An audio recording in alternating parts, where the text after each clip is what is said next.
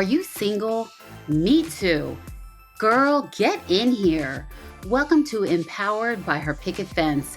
I'm Stephanie, and I'm a single woman, a single mother, and a women's empowerment blogger. And it's time for us to come to the mic and let people know what's really good with single women. So go grab that latte because we're about to get into it.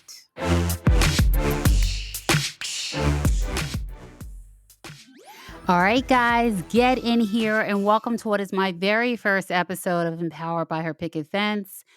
All my singles out there, what's good? If you followed, if you rated or subscribed, just know I appreciate you. And let me tell you, I couldn't be more excited to take this journey because we are going to clear all the smoke around single women. And what we're going to be getting into today is the fact that single women are fire. This is what I wanted to start with because it's the absolute truth. We are fire, full stop. We are career women. We're mothers. We're creators. We're entrepreneurs. We are mentors. We are leaders. We are doing all these amazing things, but somehow we aren't enough, right? You've heard it too. So we're going to be getting into that today. But first, I have a question. Are you in a relationship and you don't know if you should stay or go right now? Because I have some game changing advice that I only wish I had in my 20s that I'm going to be dropping later on in the show. And it's going to keep these guys from wasting your time. So I want you to keep listening. All right. So our topic for today is the fact that as single women, we are made to feel like somehow we aren't enough with everything else that we're doing. We have been seen as incomplete if we don't have a man. It's like no one got the memo that we are really out here living our best lives. Forget about what the haters say. I mean, there's whole narratives about who we are as single women, right? If you don't have a man, you're lonely, you're miserable, or your list is too long, right? And every time I hear long list, I just want to scream because I look at having a list as being very clear on your ideas about what's important to you. I look at it as having healthy boundaries and standards. And I don't think I'll ever apologize for that. And you shouldn't either. The thing is that even though we're single, we're already completing ourselves. We're living these great lives. And we shouldn't have to be viewed through a lens of deficiency. If you are not with someone, somehow it's not enough. And it's so crazy because it's like a double standard.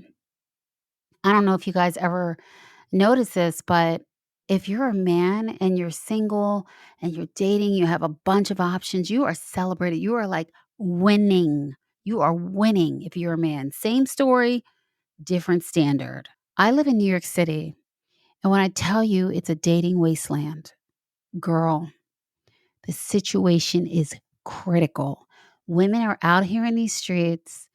We are looking for that needle in the haystack, that game changing one in a million guy to snatch us up off these apps forever. And it's getting crazy out here. And we're just tired. We're exhausted by the whole process. Doesn't necessarily mean that we've given up on men altogether. It just means we're putting more time into ourselves, right? So, where did all this come from? Where did the idea come from that we cannot possibly be complete if we didn't have a man in our lives? I think it came from all the things that we're exposed to as young girls.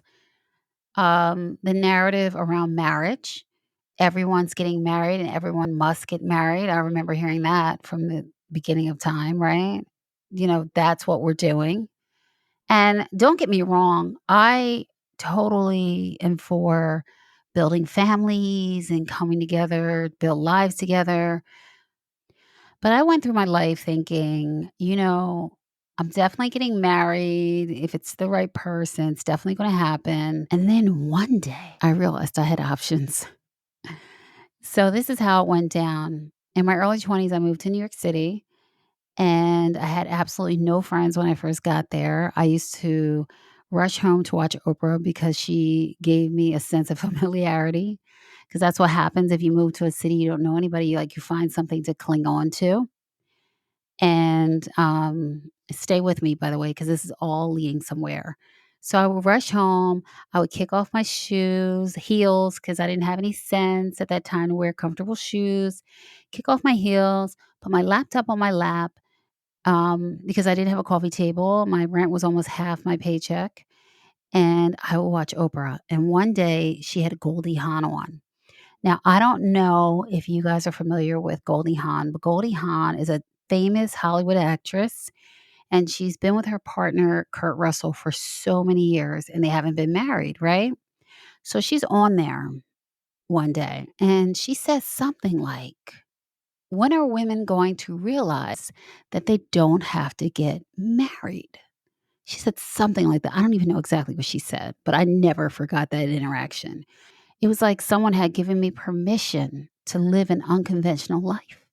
And I was like, what? Is this real? Is this happening? Is this true? Like, can I actually do this? And from that point on, my thinking around marriage and choices as it pertained to my life shifted. And what I would want to say to everyone is that if you want to get married and have kids, that's fantastic. If you don't, that's great too. But the choices that you make for this one life that you have and the timing of them needs to be your own. Because you know what? One thing I did learn from Goldie that day, and that's why I'm telling you this story, is that we have the right to create our own story in life. If you do that and you're living authentically, it's always going to be all good because you are creating your very own story. So, with that, I have 3 empowerment moves that you can use right now that will help you if you are struggling with your feelings of being enough as a single woman. Number 1, live your truth.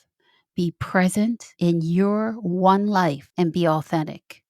Number 2, pour into yourself. You can wrap yourself in a blanket of self love that's so tight that no one can shake it loose. So pour into you and being the best version of yourself. Number 3, chase your passion. There's no better time to pursue interests that you've been thinking about than when you don't have the distraction of a relationship. So go ahead and chase that passion. And now it's time for what is always going to be my favorite part of the show. For all the women looking at the front door who don't know whether they want to leave or stay, it's time for girl, it's time to leave. Girl, it's time to leave. If you're in a relationship with someone and you still feel alone, let me paint the picture. It's your best friend's birthday and you can't wait to celebrate with her. You're taking your boyfriend, but because he really doesn't want to go, you end up getting there 45 minutes late. Once you're there, he's on one side of the room and you're on the other side because he really didn't want to be there anyway, right? So people are low key wondering if you guys are even still together because they haven't seen you talking all night. But that's just another day in your relationship, isn't it? Together, but apart. So the night wears on, games are pulled out, people are playing Jenga, having a great time, other couples, but not you guys, not you guys. That's not how you roll in public, is it? No. So a little while later, he comes over and says, "Hey, let's go. You ready to go?" And so you go, because that's what you do. You leave and go home. And then you're home 5 minutes and he says he's going back out. Actually, to be with the people that he'd rather hang with, what he wanted to do all along. Has that ever happened to you? Because it's happened to me. And I can tell you, I never felt more alone in my relationship than I did at that moment. And this is the thing, if you are in a relationship and you still feel alone, guess what? You're single. I knew what was up the whole time.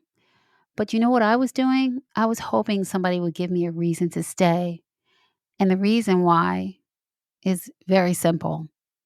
I didn't want to start over in a new relationship. How many of you guys have felt that way? Like you know you probably shouldn't stay, but the idea of starting over is overwhelming to you. So you stay, or you want somebody to tell you anyway to stay.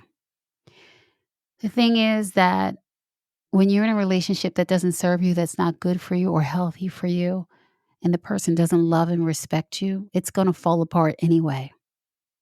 And if someone really loves and cares about you, like really, they'll want to be around you. They won't look for reasons to be other places all the time. So, in this case, girl, it's time to leave. All right, guys, meet me right back here next week. And don't forget to hit that follow button and leave me a review. And tell all your friends, because the single girls just got the mic.